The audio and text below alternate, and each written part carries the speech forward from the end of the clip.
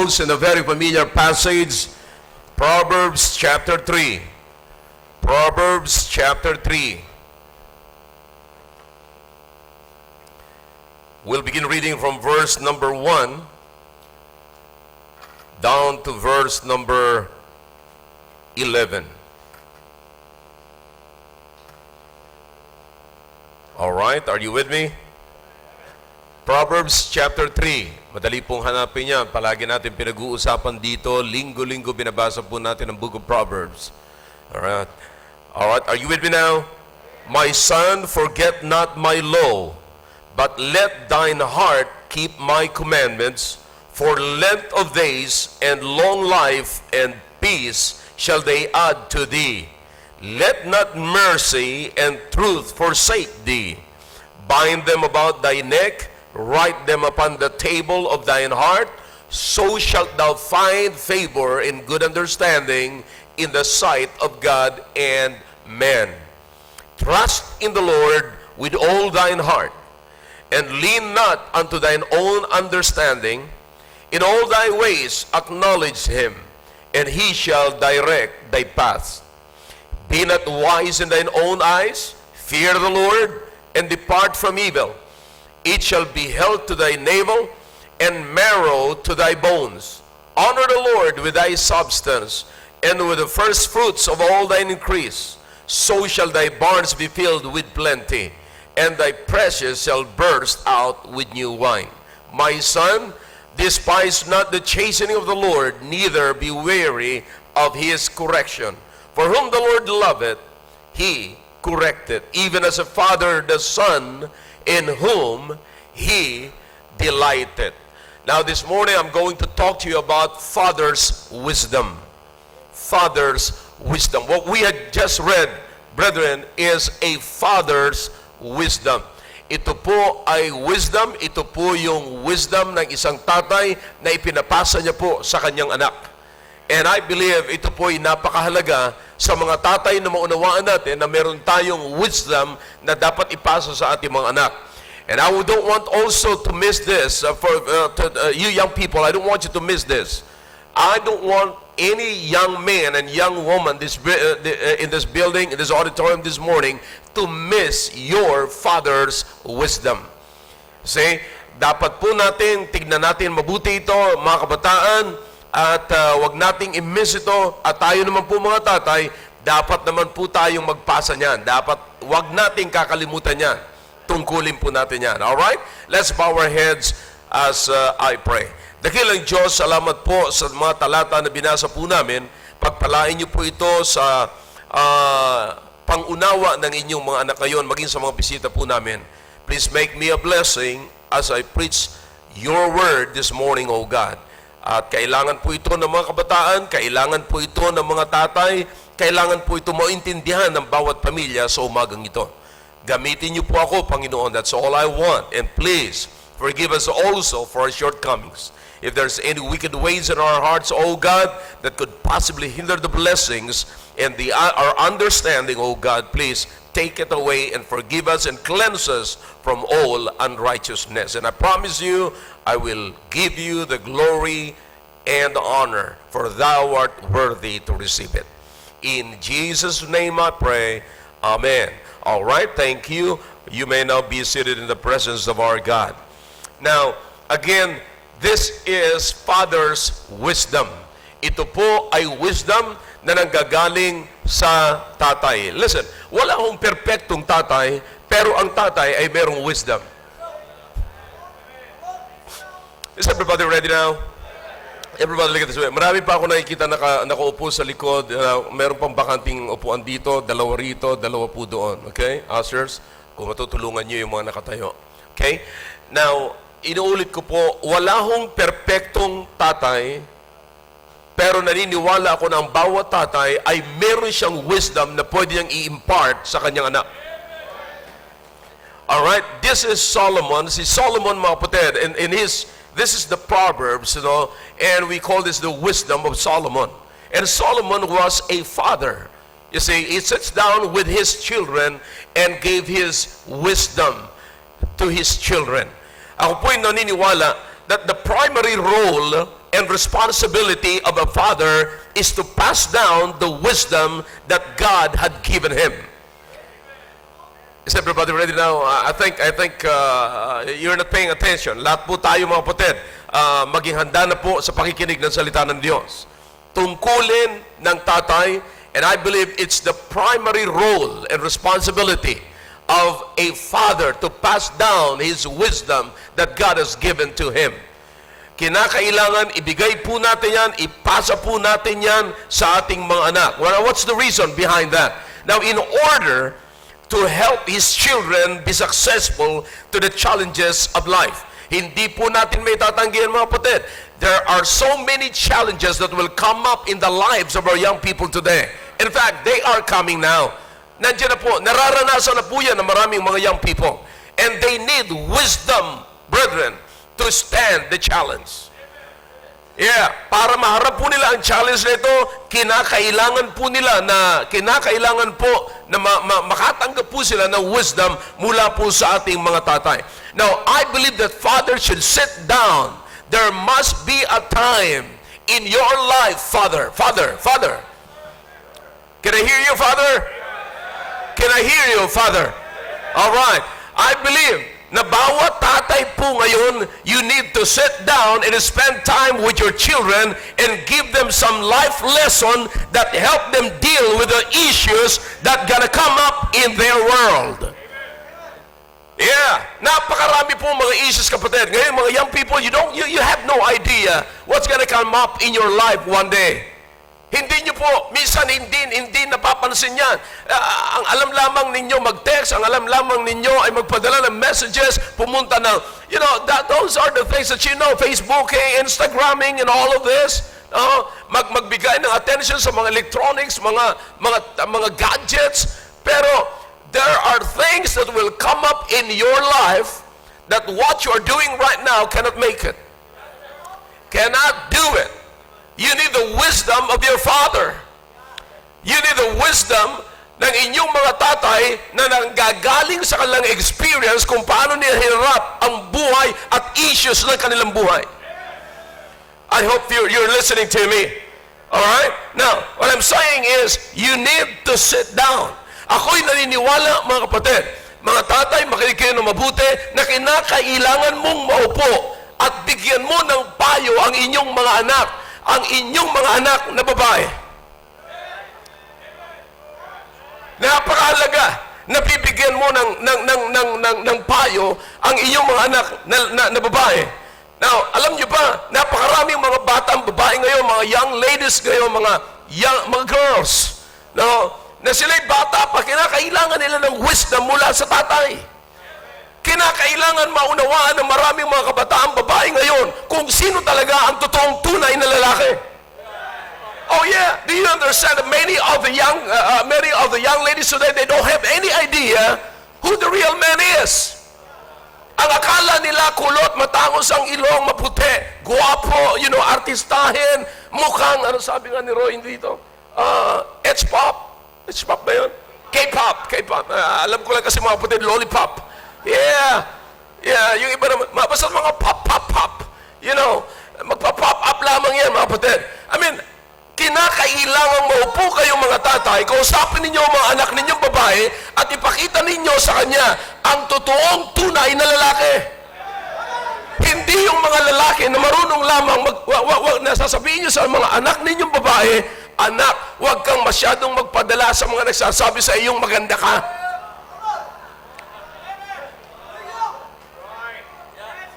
Huwag kang masyadong magpadala sa mga lalaki nagsasabi, alam mo, ang sexy mo, ang cute mo. Tapos pag nasabihan kang ganyan, pinapangilabutan ka na, anak, huwag kang dapat mong makilala kung sino ang nambobola at sino ang maglalaro lamang at hindi marunong sumagot o tumayo sa kanyang responsibility. Dapat mong makilala, anak, kung sino yung mga totoong lalaki na buong maghapon ay nakahiga at pagkagabi babangon at nasa kalye na. Dapat mong makilala. Napakarami mga lalaki, napakarami mga kabataang babae. Wala akong kaalam-alam tungkol sa pagkalalaki.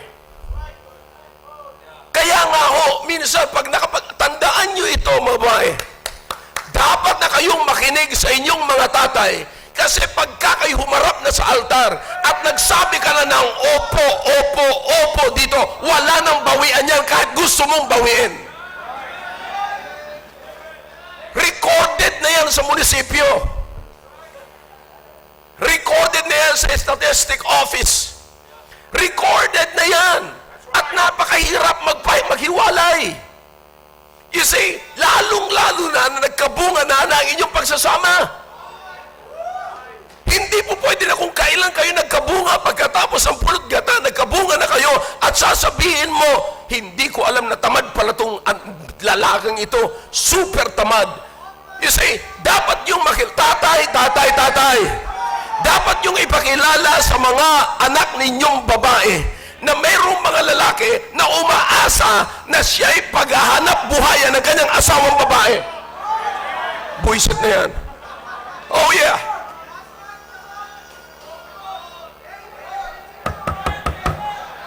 Inasawa ka niya.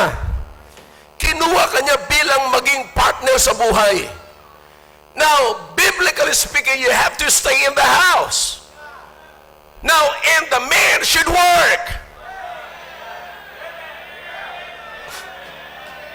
Ay kung ang alam lamang ng lalaking yan ay mahiga, matulog, at maglaro ng cellphone, maglaro ng kanyang personal computer, maglaro, ang tanda-tanda na naglalaro pa ng mga gera-gera. Do you understand? You have to work.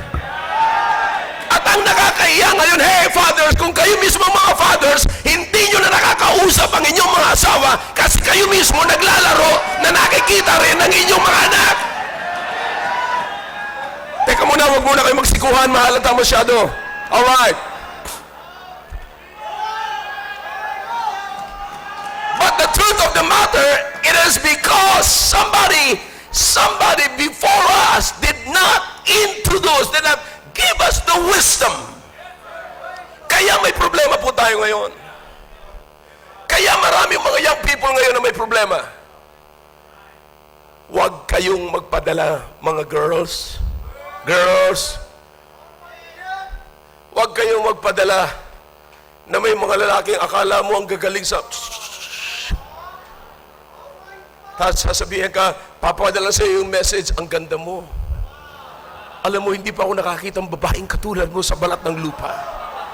Huwag kang padadala ng ganyan. Tatay, you've got to sit down and tell your daughters like that. Give her the wisdom. Give her the wisdom. Kinakailangan natin na maipahayag sa mga kababaihan na may mga lalaking magaling lang naman bola pero ayaw magtrabaho. At pagka magkasama na kayo, ayaw mapagod. Pero gustong tumira na Maynila. Dito po sa lugar na ito, hindi po pwedeng hindi ka mapagod. Pag nandito kayo sa lugar na ito, ng Maynila, hindi po ito lugar ng pahingahan. Lugar po ito ng trabaho.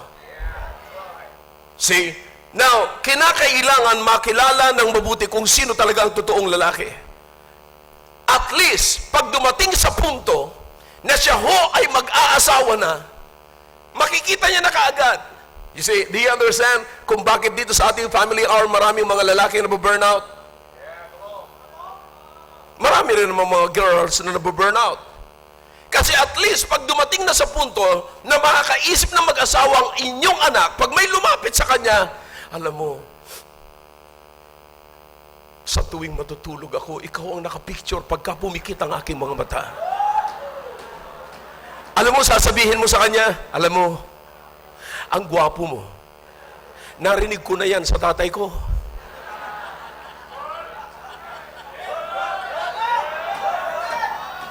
Hindi ko first time na narinig yan sa'yo. Narinig ko na yan sa tatay mo, sa tatay ko. Kaya hindi mo na ako mabubola. Alam mo, mas maganda, umuwi ka na. Now, listen, yung inyong mga anak na babae ay kinakailangan nila ng wisdom ninyo. Sayang naman yung experience nyo kung paano kayo nag-asawa. Sayang Sayang naman kung paano nyo nahanap yung nanay ng bata. I hope you understand what I'm talking about. Your daughters need wisdom. Your boys need your wisdom.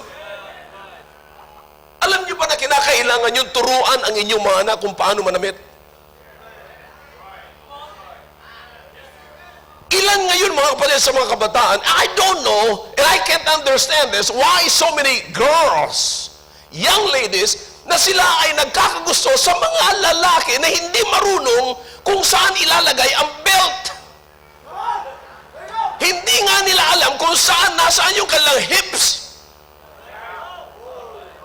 Alam niyo kung nasaan ang kanilang hips, kapatid? Nandito. Kaya pagka sila nagpapantol, lalo na pagka maong, nakalaylay na rito at akala mo may diaper na punong-puno. I hope you understand what I'm talking. Now this, kapatid, hindi ho ito kakaiba sa inyo. Nakikita niyo ito sa mall. Hindi mo, isasadyain pa ho yan, ipapakita yung kanyang yung underwear. Yung brief, ipapakita pa yung tatak. Hindi marunong magdamit. Hindi marunong magsapatos. May sintas, hindi ibubol ang sintas. You see, now do you understand that? Ilan sa mga nakasapatos ngayon, mga kapatid, na pinunasan nyo man lang ang sapatos nyo bago kayo pumunta rito? Come on now. Ilan sa mga kabataan na hindi sila marunong mag-tuck-in? Nakakita na po ba kayo na pumunta kayo ng huwag lang kayo maghanap ng mali. Pero makikita niyo po ito karamihan sa call center. Nakakita na po ba kayo ng mga nagni-necktie pero hindi nakatakin ang kanilang shirt?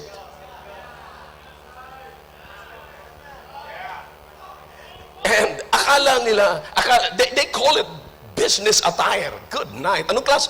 I know it's business. Everybody has business. Pero anong klase yung business? Monkey business.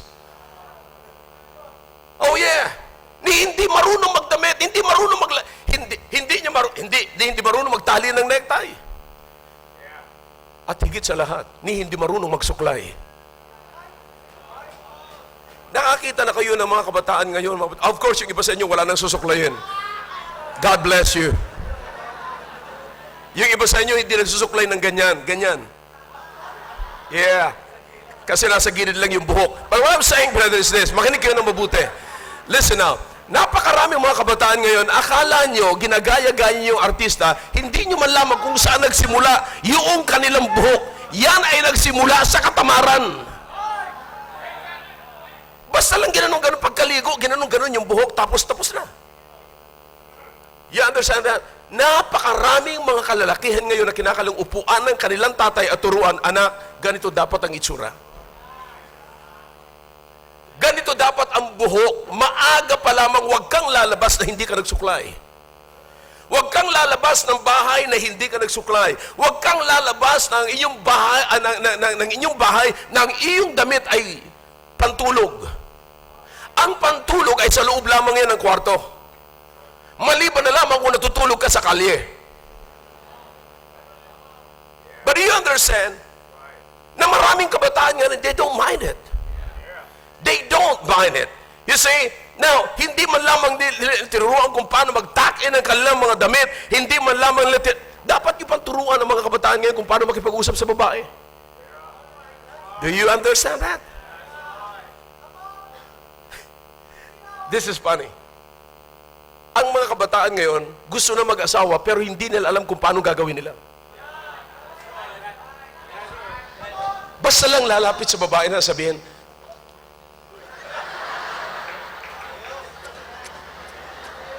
pwede ba yun? Yung iba naman, sa sobrang nervyos, Pastor, pwede ba ikaw na magsabi?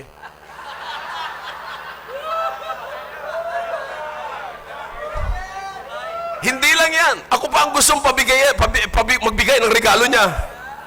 Pastor, pwede ba pakibigay mo itong regalo? Inutusan pa ako, mga kapatid. Now, do you understand na kinakailangan turuan yan? Si John Hill, mga kapatid, nag-asawa sila niyang ng ilang taong ka na, 26.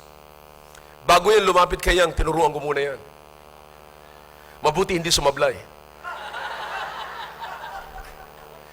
Sabihin mo ganito, Yang, sabi ng tatay ko, pag hindi mo lang ako sinagot, umalis ka na rito sa simbahan. Tatanggalin ang lahat ng membership mo, tatay mo, nanay mo, kapatid mo, lahat dito, pag hindi mo ako tinanggap. Pagbalik niya mga kapatid, ilang minuto lang, tanggap siya. Sabi ko, good job. No. Kinakailangan po, dapat marunong. Kinakailangan turuan natin. Alam niyo po ba, nakakalungkot ngayon, may mga kalalakihan na bastos kung humarap sa mga babae. Hey, you young people, you must learn to respect women. Kaya kung maraming nababastos ngayon ng mga kababaihan sa kalsada at mga lalaki walang respeto, hindi ho nagsimula ho yan sa kalye. Nagsimula ho yan sa bahay na ang mga kalalakihan ay hindi nakarinig ng wisdom mula po sa kanilang mga tatay. That's why I'm telling you, it is the primary role of a father to pass down wisdom to his children. Hindi ho marunong magpag-usap. And another one, dapat maturuan ho ang ating mga anak kung paano makikipag-usap sa nakakatanda sa kanila. Akalain nyo maraming mga kabataan ngayon, pag kinakausap ng mga matanda, nakatalikod. Sa bagay, yung iba naman sa inyo, mas maganda yung likod ninyo kaysa harap ninyo. Naunawaan ko po yan. But you listen to me, in respect to those who are older than you, you've got to pay attention. Tignan nyo ang kanilang mukha, tignan nyo sa mata, magsalita kayo ng organized. Alam nyo ba mga kapatid, kahit na maraming mga professionals ngayon, yung mga magsisiga-sigaan, lalong-lalo yung mga nasa serbisyo, ilabas mo sa serbisyo, kausapin mo, paupuin mo, hindi na marunong magsalita. Kasi ang alam lang nila, manindak. Ano yan? Kala mga hapon eh. Pero palabasin mo sa serbisyo, paupuin mo yan, at mag-usap kayo ng maayos, hindi na ako makapagsalita. Oh yeah, hindi sila maayos eh. Hindi naturuan kung paano makipag-usap bilang tao. It's not about our title, brethren. It's about humanity. It's not about title. It's about respect and honor to others.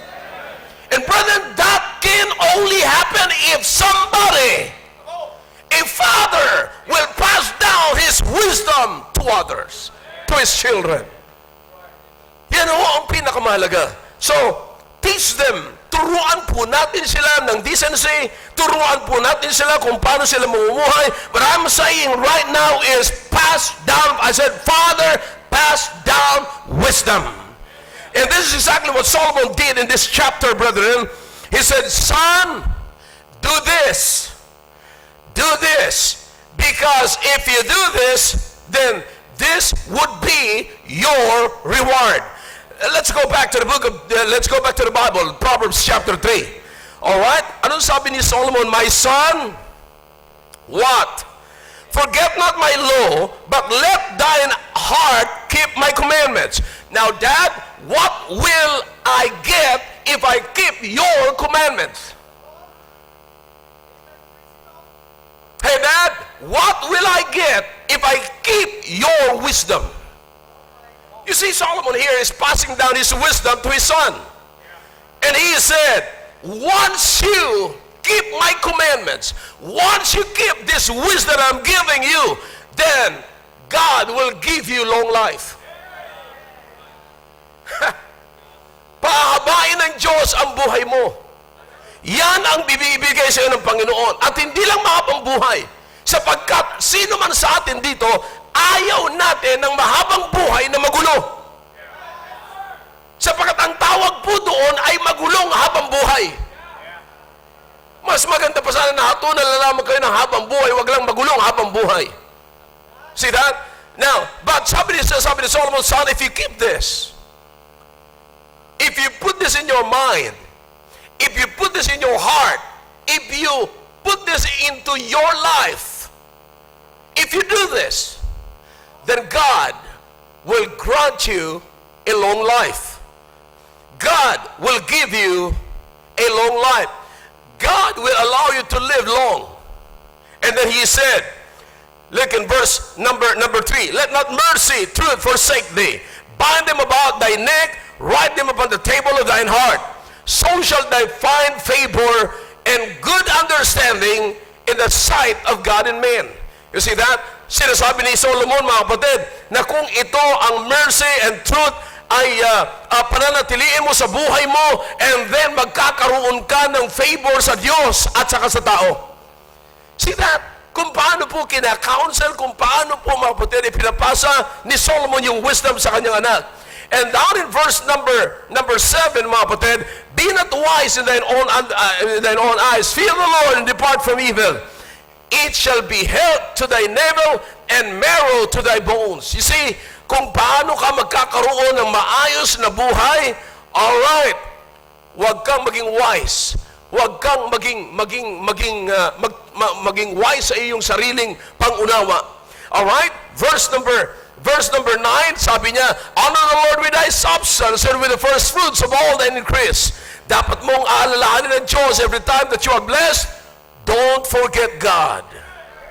Don't forget God. And so on, mga kapatid. Yan po ay ipinangako po or sinabi ni Solomon sa kanyang anak. You see? So ipinakita niya na yung mga advices na yan. But in verses 5 and 6, I want to dwell on that 2 verses right there. Kasi yan po ay napaka-familiar na passage na yung iba sa inyo ay saulado nyo na po yan.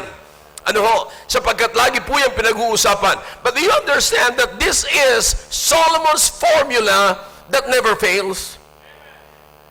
Ito po yung formula ni Solomon kung paano niya ibinigay ito sa kanyang anak, mga kapatid.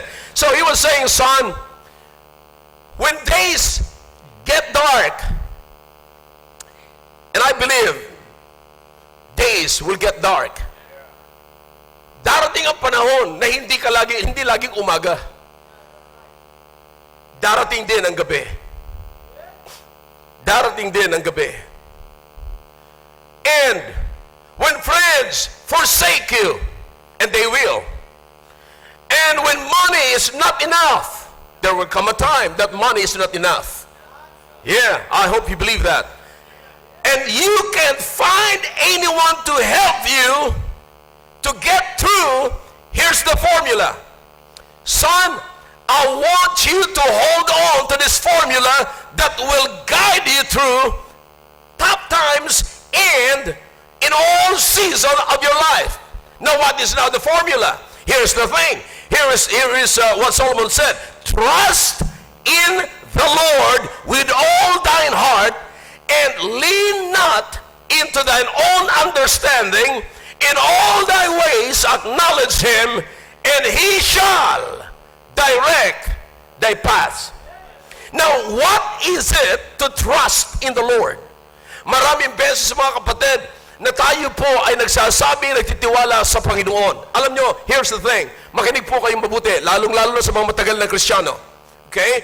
Magaling ho tayo mag-quote ng mga passages sa Biblia na inaasahan po natin na mangyayari po sa atin.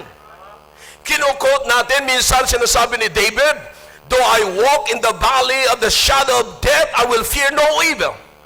Na pero pag-aralan nyo muna na ikaw ay hindi si David. Na bakit ko sinasabing hindi si David? Applicable ba yan sa iyo? Applicable yan sa iyo kung ginagawa mo rin yung ginagawa ni David. But my God, sabi ni Paul, shall supply all my needs according to His riches in glory. Oh yeah, kaya hindi ako gugutumin ng Panginoon because my God will supply my needs. Alright, si Paul yun. Hindi ikaw yun. Now, kung gagawin mo yung ginawa ni Paul, then God will do the same thing. Pero wag mong asahan na gagawin nyo ng Diyos sa iyo na because it is in the Bible na sinabi niya, my God shall supply and the Lord will pour out His blessings upon you because it is in the Bible. You've got to check yourself. Baka umaasa ka nang hindi naman para sa iyo. See that? So, what is it to trust in the Lord? Dapat maunawaan po natin ang mabuti, mga kapatid. Now, it means to put your confidence in Him. It means to have faith in Him. Have faith in God. If you want to know how to make So how to make it through, son? Solomon said, you need to put your trust in God. You need to put your trust in God. Do you understand, mga kapatid, na napakabuti kapag ka, napakaganda, kapag ka bata pa yung anak natin, tinuturuan natin magtiwala sa Diyos. Amen. Yeah. Alam nyo, kaya nagiging katawa-tawa ang Christianity ngayon. Para hong fairy tales na lamang ang lahat. Alam niyo kung bakit? Nagsasabi tayo, magtiwala ka sa Panginoon. Ang Panginoon, gagawin niya ng Panginoon. Teka muna. Kaiinom mo lamang ng alak ngayon, tapos gagawin ng Panginoon yung ginawa ng Diyos kay David. Hindi mo nga kinikilala ng Panginoon ang Diyos, tapos ngayon naghihirap ka ngayon, ngayon naghihingalo ka sa kasabihin mo, aayusin ako ng Diyos. We have to understand the Bible. Alam niyo ang problema ng marami mga preachers, mga kapatid, hindi nila alam kung saan nila ilalagay yung word na yon sa tamang panahon. At sa tamang tao. Do you understand that? Now, if you claim that passage, before you claim that passage, kapatid, na sa iyo yan, i-claim mo muna yung background ng passage. I hope everybody's listening to me. Now, so ano po ang ibig sabihin na magtiwala tayo sa Panginoon? Na sinasabi ng Panginoon sa kanya, ni Solomon sa kanyang anak, anuman ang mangyari sa iyo, anuman ang, kung gusto mong matapos mo ang lahat, kung gusto mong may mangyari sa buhay mo, alright, magtiwala ka sa Diyos.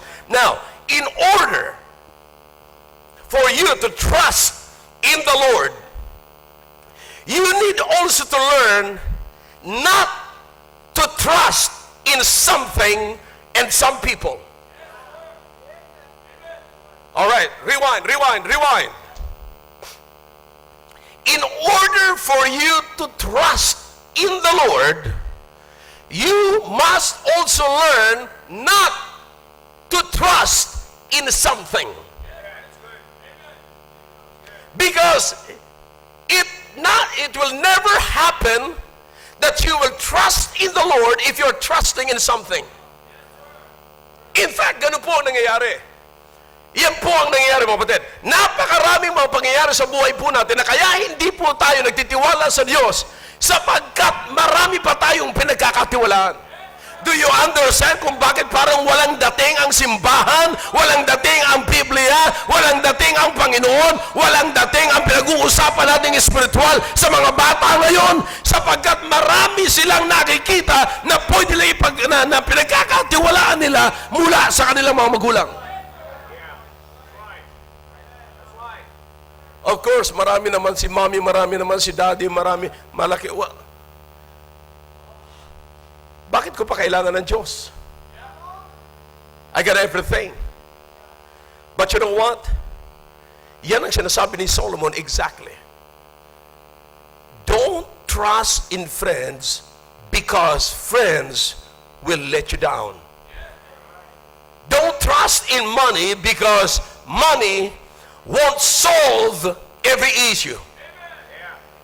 I said, will not solve any issue.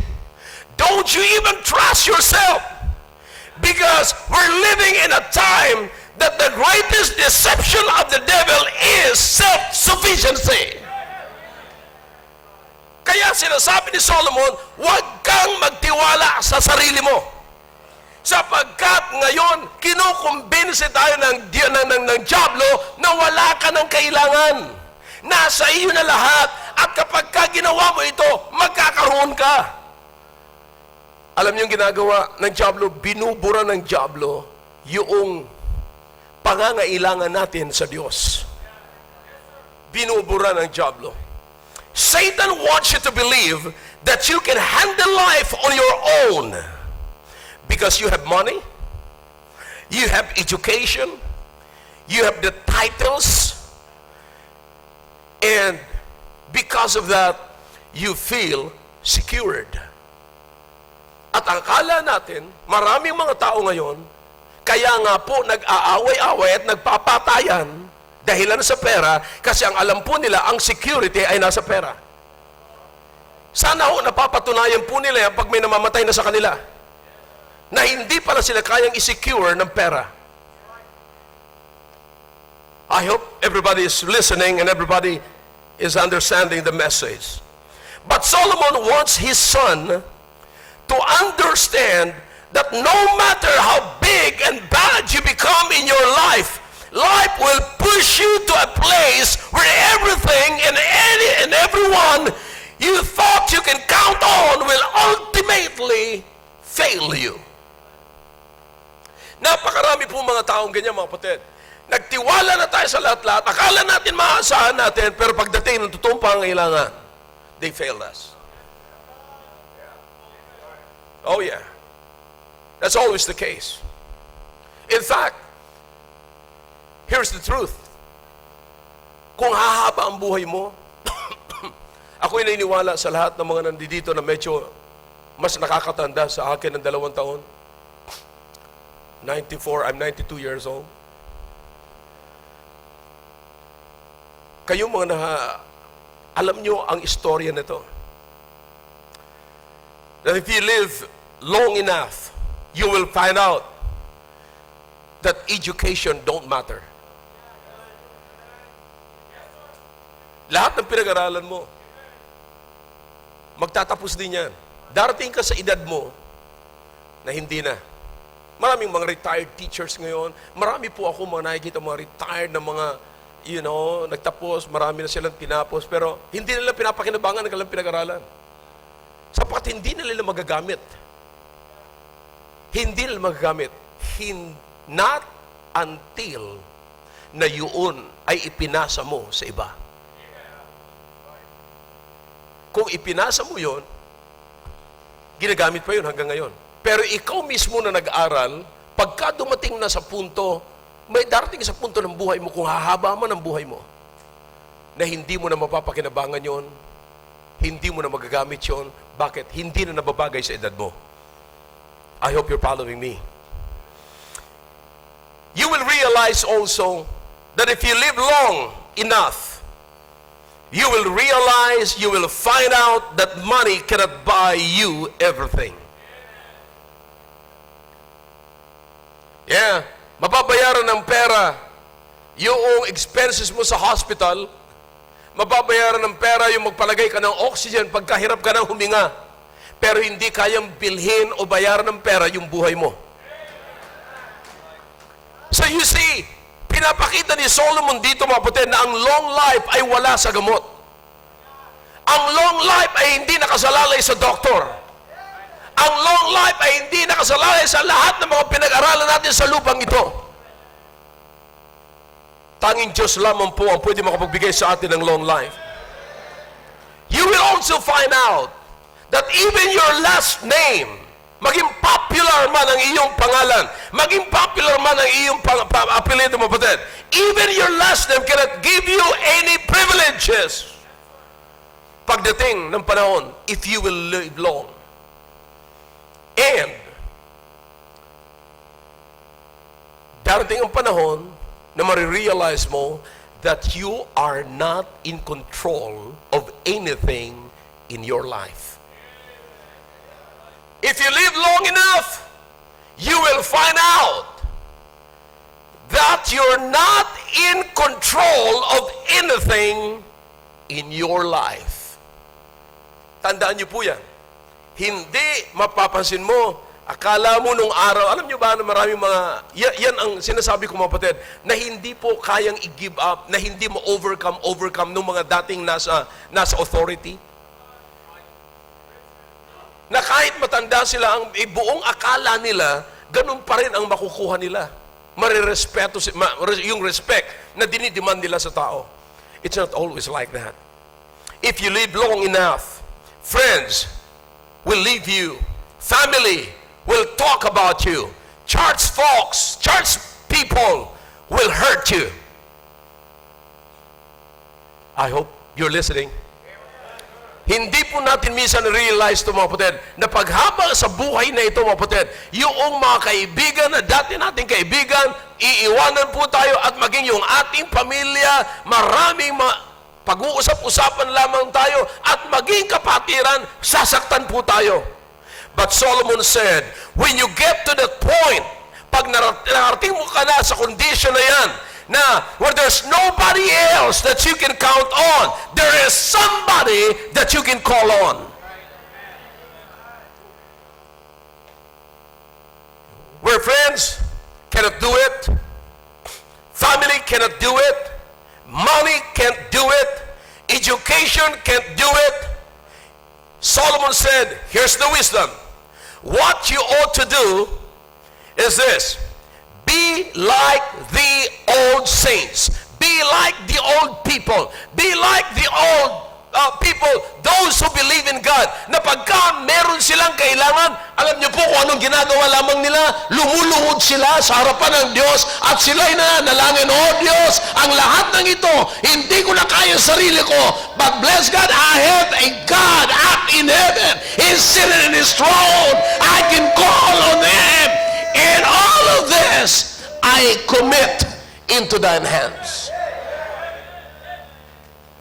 Kapatid, maraming beses na hindi po natin na ituturo ito sa ating mga anak.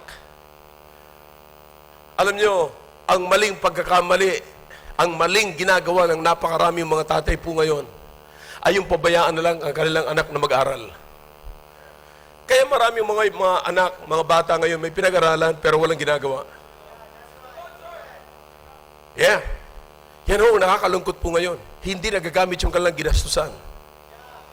Hindi nagagamit yung pinagbuhusan natin ng pawis and everything. Alam nyo, kasi ang akala natin automatically pagka ang bata nag-aral na, meron ng trabaho yan. May kikitain na yan. Kaya minsan nga ho mga kapatid, nakakalungkot. Pagka nag-aaral pa lamang yung bata, tinuturuan na natin tungkol sa pera. At alam natin, inaasahan natin, maraming pera. Kaya ano tatanim sa mga bata ngayon? Pera. Wala hong Diyos. Ang kailangan ng anak natin ay Diyos at hindi pera.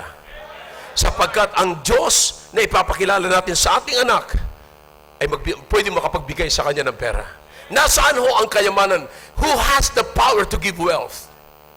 God has the power. God has the power. So, sabi ni Solomon, ang dapat mong gawin ay wala kang ibang gagawin kundi lumapit sa Diyos katulad mga old saints na nagtitiwala. Alam niyo kapatid, you try. Fathers, I would encourage you to read the book of Deuteronomy, read the book of Exodus. Yan po ay tagtad po yan ng mga kasaysayan na kung paano si Moses at yung mga anak ng Diyos ay nagbibeg sa Diyos. Nakikipag-usap sa Diyos na para ba sinasabi nila, walang mangyayari sa akin kung hindi kayo papagitna sa amin. Let them be like the old saints, mga kapatid. Lift up your hands and kneel down and let God know that you are dependent on Him. Dumating na ba sa punto ng buhay mo nawala na ang lahat at meron na lamang isang natitira? Walang iba kundi ang Diyos. Yan yung pinakang the best na pagkakataon sa buhay mo. Nawala na ang kaibigan, nawala na yung pera, nawala na yung pamilya, nawala na ang lahat. Wala ka ng ibang tinitignan. Pag tumingin ka sa kaliwa, sa kanan, sa paligid, wala ka na makakita. At ang tanging pag-asa mo na lamang ay ikay tumingala. At doon mo lamang makikita ang Diyos. At salamat sa Panginoon, don't miss it. Why? Because that's the best time and the only time that you can trust, that you can put your trust in God. That's the best time. So, when you're in trouble, son, and things don't work out, and there are some options, don't go to that options, but kneel down and said, oh God, into thine hands, I commit everything. Minsan ang hinahanap kaagad natin mga kapatid, yung options. Pag nawala ito, what is the other option? What is the other option? What is the other option? Pero kapatid, hindi natin ito naiisip. Ayun na. Siya na ang pinakang huli. Siya na ang pinakang last resource natin mga kapatid. Siya na ang pinakang dapat nating takbuhan na hindi ho tayo itataboy, hindi ho tayo ilalagay sa tabi, hindi po tayo itatabi. That's why we need to trust the Lord. We need to trust the Lord. Listen, that's the only time that you can, if you lost everything, at wala nang ibang kasama kundi ang Panginoon, ibig sabihin, nasa side ka ng Diyos. At kung nasa side ka ng Diyos, you still have the hope. Secondly, sabi ng Biblia, lean not unto thine own understanding. Okay, son, trust in the Lord. Magtiwala ka. Kapag nawala na ang lahat, huwag mong kakalimutan, magtiwala ka lang sa Diyos. Magtiwala ka sa Diyos. And to trust in God is to lean not unto thine own understanding. Now, most of us are not taught this way. Hindi po tayo naturuan sa ganitong klaseng pamamaraan, mga kapatid. Most of us are taught to trust our instincts. Diba? Instincts is our natural ability. Kasi yung bang kaya natin to, kaya nga minsan, mga kapatid, pagka tayo'y aalis, hindi na tayo nananalangin because alam natin na kaya natin gawin ang lahat. May mga saulado na po tayo. At lahat na nakalagay natin sa katawan po natin, yan yung nagiging instinct natin pag dumating ang bagay na anumang nabibigla tayo, mga kapatid. You see? So, we are trained that way. That way. Now, lean means to support oneself. It means to support oneself. You are to become independent on something or on someone. Yan ang ibig sabihin ng lean. Now, kaya ang sabi ni Solomon dito, lean. What is the next word? Not. Lean not. Now, in the book of 2 Kings chapter 5 and chapter 7, you will find out kung paano ginagamit itong mga lean na itong mga kapatid. Now, ganito po yan. Noong araw, yung mga hari, nag-appoint po sila ng mga tinatawag na advisors, counselors, na yung mga counselors na yun, hindi, pagka sila nag-counsel, hindi mo po sila pwede hong tanungin. You cannot question. If they are the appointed counselor, you cannot question them. Hindi mo po sila pwede i-question. Ano man ang sasabihin nila na last word para sa iyo, dapat mo sundin yun. No question. So nakita nyo kung gaano sila nagtitiwala, dapat naglilin sila doon ng mabuti. That is what the word lean means. And then Solomon was saying here, son, don't be totally guided by your opinions. Don't be totally guided by your emotion, by your feeling. You see, so Solomon was saying, lean not unto thine own understanding, because understanding is our intellectual faculty. It is the faculty by means of which we obtain a great part of our knowledge. Kaya maraming beses na ang mga tao, doon po sila naglilin. And Solomon said, don't lean on your own understanding. You see, don't lean in your own opinions. Don't lean in your own instinct. You see, it is always, now listen to me now, it is always dangerous to move from emotion to action. Alright? Let me say this again. Pakinggan niyo po mabuti. Lagi hong mapanganib kapag ka ang sino man ay mag-move from emotion to action. Alright? From feeling to doing. Yan ho ang napakadelikado. Makikita niyo po mga kapatid, napakaraming mga tao po ngayon nasa loob po ng kulungan. Alam niyo po kung bakit? Anong dahilan po niyan? Because nag-move po sila from emotion to action. From feeling to doing. Bakit marami mga kababaihan ngayon na naghihirap sa kalambuhay may asawa? Because you move from feeling to doing. From emotion to action. See that? So napakahirap niyan. Because you leaned on your own understanding. Nakita niyo po yung wisdom? Nakita niyo po mga kapatid, mga tatay, kung gaano kahalaga ito na may pass down natin sa ating mga anak. You see, from instinct, more than intelligence, and the minute that they feel it, the minute they think it, the minute they believe it, they are acting on it because they have not learned to press first the pause. Teka muna. Hindi po sila nag-isip. Kaya nga po, mga kapatid, pag umasa tayo sa instinct, now, for instance, pagka nagmumoling ang tao, naghahanap na ang tawag natin doon, yung buy, mabilis, pag nagustuhan nila, bibili nila kagad. Impulsive buyer. Yeah. Nagiging impulsive buyer yung mga tao. Pag naisip, kaya makita niyo mga kapatid, anong problema na ngayon? Punong-puno na ng credit yung kanilang credit card. Ano ang binabayaran na lamang? Tubo. Tapos mamaya, pag na-detect na naman yun ng ibang bangko, sasabihin sa inyo magpapadala, gusto mo bang bayaran namin ang utang mo, pero ang tubo mo ganito. Para mabayaran mo yun, kakagatin mo naman uli yung isang card. Alright? Mamaya, pag may nakarinig na naman, kinagat mo na gano'n, na tinugan na naman bangko, kasi magpa-partner in crime yan, partners in crime yan mga yan eh. Yeah. So, hanggang sa ikaw ay malubog sa utang. You know what? Kung saan nagsimula mga kapatid? From emotion to action.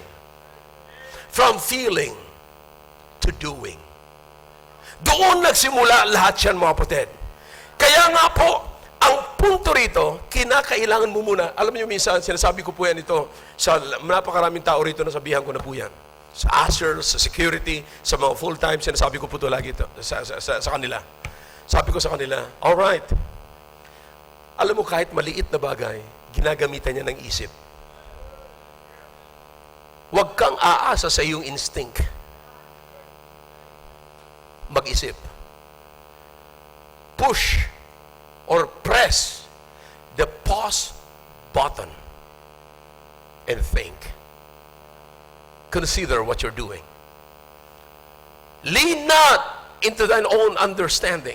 Ilan sa mga kabataan po ngayon ang nasa kulungan?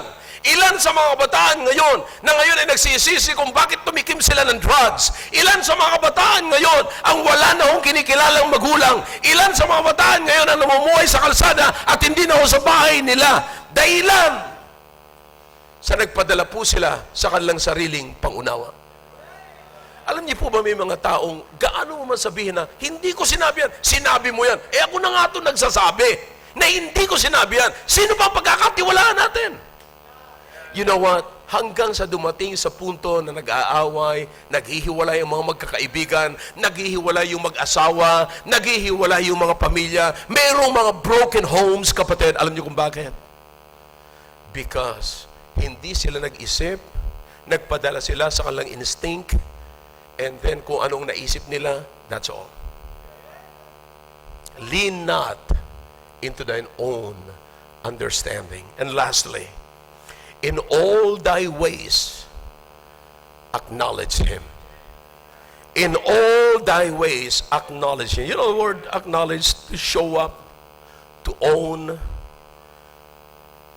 with a particular regard. No? Ibig sabihin, sasabihin mo, pag sinabi mong, in all thy ways, I'm acknowledging Him. Okay, it means, inaari ko po ang Diyos. Naniniwala ako na ang Diyos ay totoong persona at siya po ay pag-aari ko at sapagkat siya ay pag-aari ko, anumang pag-aari ko ay pag-aari niya. At kung ang Diyos ay pag-aari ko, pag-aari niya ang lahat ng pamamaraan ko. In all thy ways, acknowledge Him. Acknowledge Him. If you own Him, He own your ways. You see? And therefore, you've got to act as if nakikita mo talaga ang Diyos at alam mong kasama mo ang Diyos. Alam nyo, ang hindi po natin minsan mapaniwalaan mga kapatid, yung kasama natin araw-araw ang Diyos at sa lahat ng ating ginagawa. Now, do you understand mga kapatid that if you're going to check the attendance of those who are around you, and with you. Check mo yung, check mo yung tatay mo minsan, o check mo yung anak mo minsan, check mo yung misis mo minsan, check mo minsan yung kaibigan mo, check mo yung kapitbahay mo, may pagkakataon na wala sila. Alam niyo kung sino lamang ho ang may perfect attendance? Diyos. Diyos lamang ang may perfect attendance. Kaya nga o kahit saan ka pumunta, nandoon ang Diyos. At kung ang Diyos lamang may perfect attendance, therefore, acknowledge Him. Own Him. So, Solomon was saying, son, I want you to know that no matter what others says, alam nyo, nakakalungkot mga kapatid, maraming mga nagdi-despise sa reality ng Diyos. Napakaraming mga tao po ngayon na dahilan sa kanilang matataas na pinag-aralan, dahilan sa kanilang mga tinapos, mga degrees, kaya ang dami nilang mga titles, mga 5 titles bago ng kanilang pangalan, ikakabit po nila yon. Pero alam niyo po kung ano nawawala? Nung nilalagay, the more titles that they have, the more na tinatanggal nila ang Diyos sa sarili po nila. See, now do you understand that? Nawawala na ang Diyos. Bakit? Yung mga titles na ang napupunta sa kanila. Napakarami po ako nababasang libro, nagaglance ko ng gano'n, nakikita ko yung mga taong ito, at kung saan sila nakarating, nagtapos sila sa Harvard, nagtapos pa sila sa Europe, kung saan silang mga eskwelahan na nakapunta po mga kapatid. But you know what? I will still embrace what the songwriter says. There are some things that I may not know.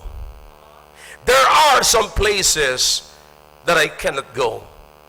But I am sure of this one thing, that my God is real.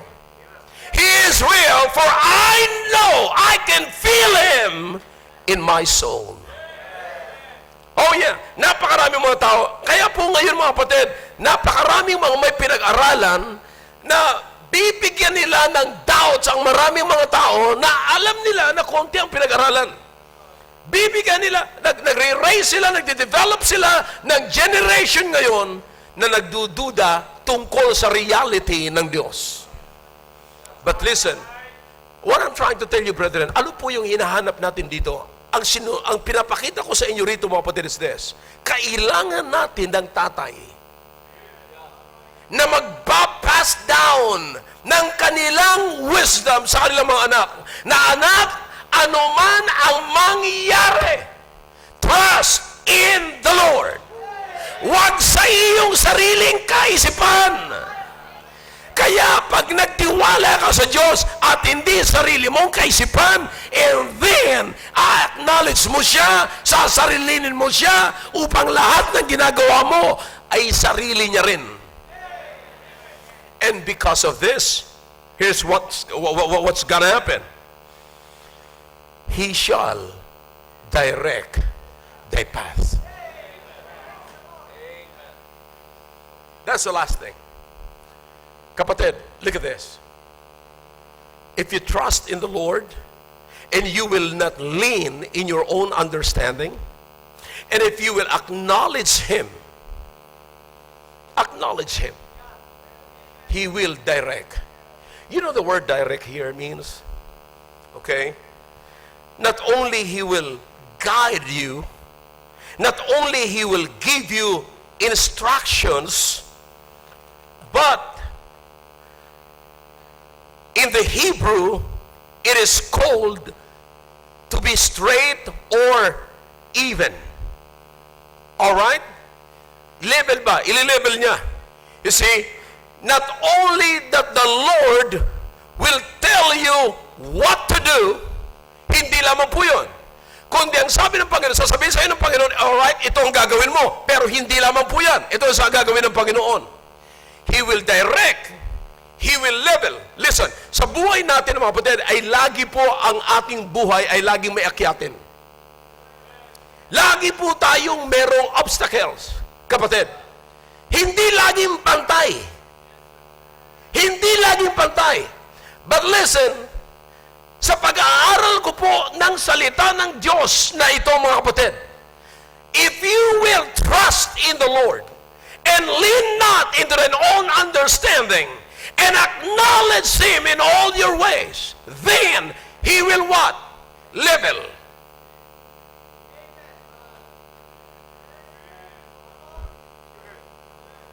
You understand that? Eto ikaw ngayon na dapat mong aakitin talaga yung bundok. Yeah! Pero yung bundok na yan, kapatid, kayang i-level yan ng Diyos. As you pass. Bakit po? Sapagkat you are trusting in Him. And you are not leaning in your own understanding, and you are always acknowledging His ways. Kapatid, this is what our young people needs today. Young people, sana nakadilat pa ang inyong mga mata ngayon. Sana sapagkat napakaraming kalaban po ngayon. Isang araw, habang tumatanda ka, ngayon ay 15 years old ka, bukas sa susunod taon, 16, 17, habang umakyat ka ng ganon, maraming issues sa buhay ang dumarating. But you listen to me now, don't forget to trust in the Lord. What I'm saying right now is this. What is important in this message here? Okay? Sinabi ko man sa inyo yung sinabi ng Biblia rito. Pero mga tatay, gumawa tayo ng commitment sa Diyos ngayong umaga na sasabihin natin sa Panginoon, yeah, I will spend time with my children. Because I know my daughter, I know my girls, my boys, they need my wisdom. Kapatid, matagal lang nangyari ito.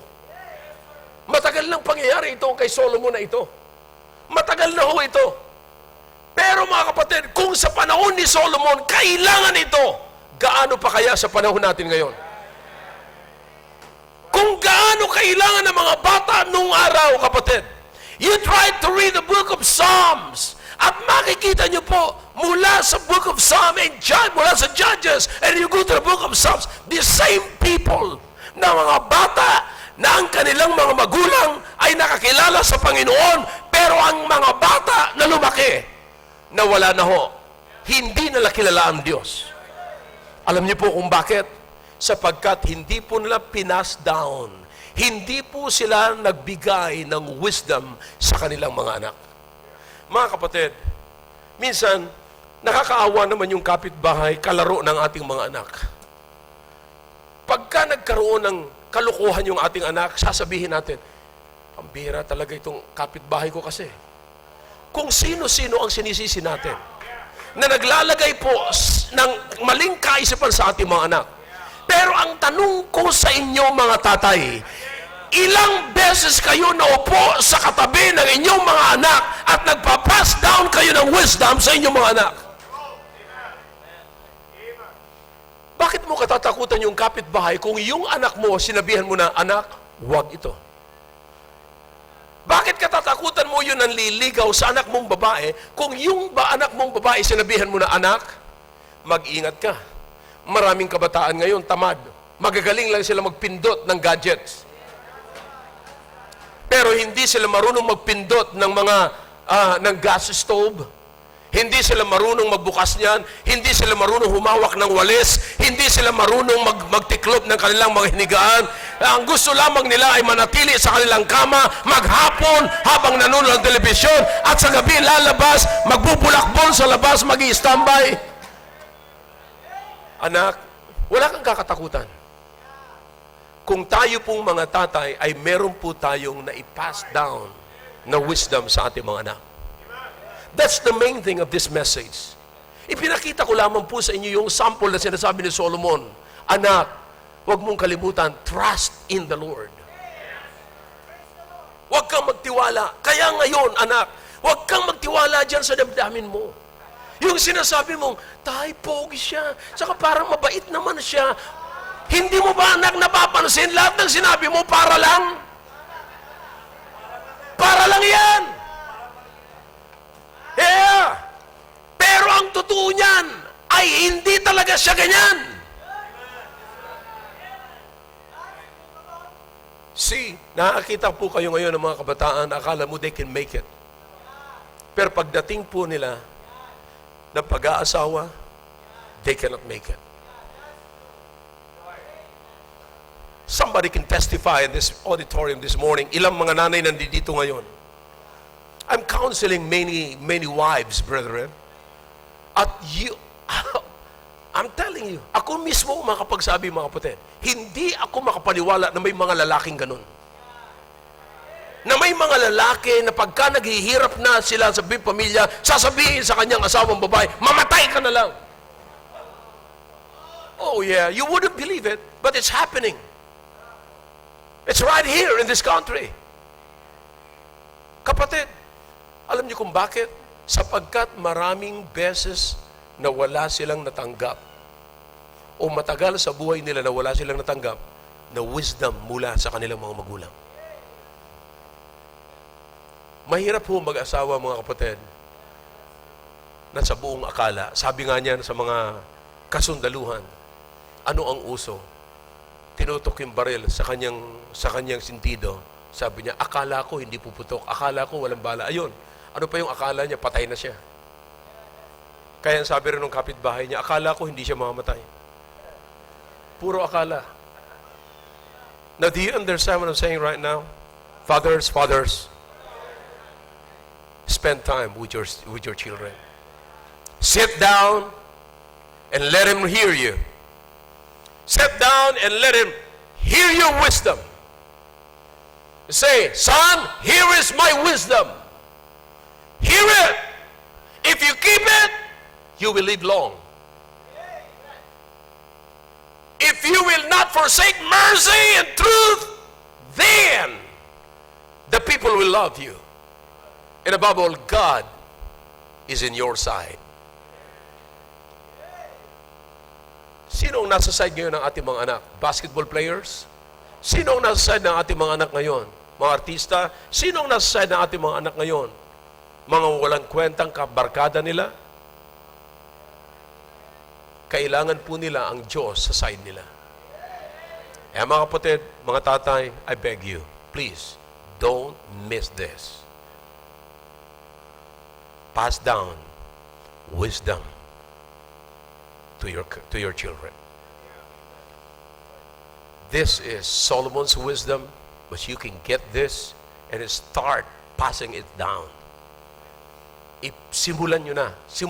Kailangan po ito. Hindi po tayo nagbibiro. Sabi ko sa inyo, sa tuwing nakakita ko ng mga young people dito, nakikita ko sila sa harap, nakikita kung gaano sila nagpay attention, hindi sila natutulog sa service. Do you understand that?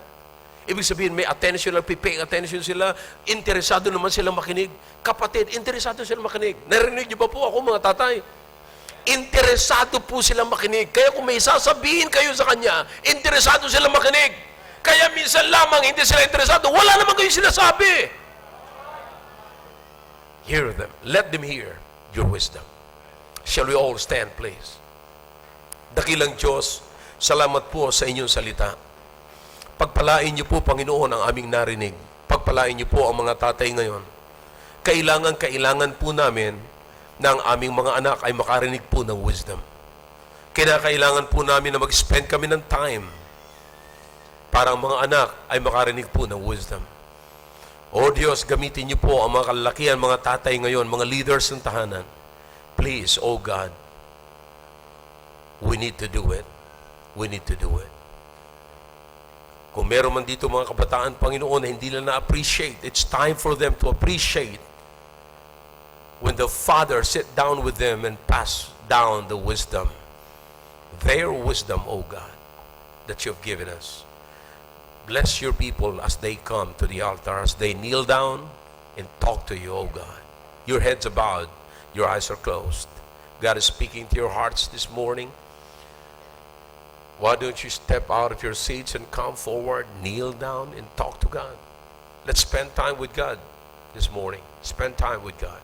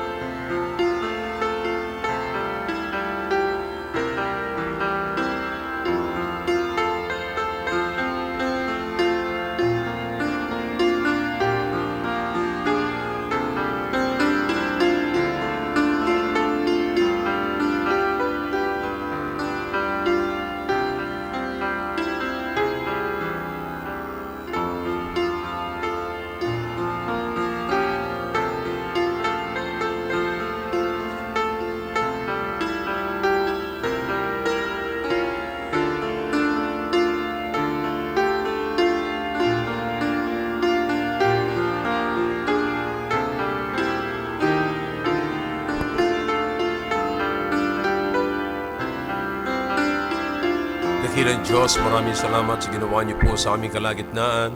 Pagpalain niyo po, Panginoon, ang mga anak niyong tiklop tuhod na lumapit po sa inyong harapan.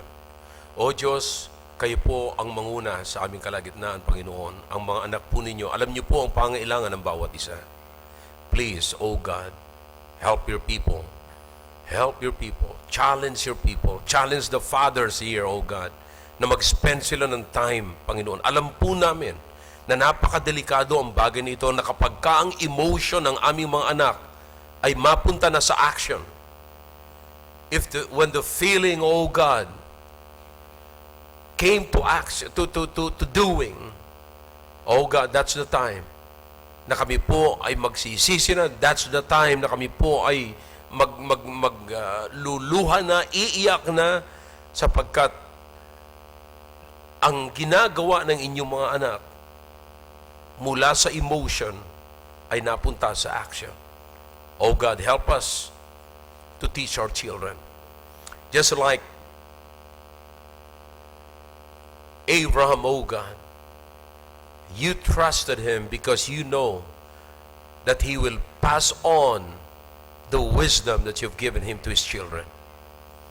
Pagpalain niyo po, Panginoon, at bigyan niyo po kami ng mga tatay ngayon na mga ngako sa kanilang mga asawa na paglabas po nila sa simbahang ito, ay iba na po sila.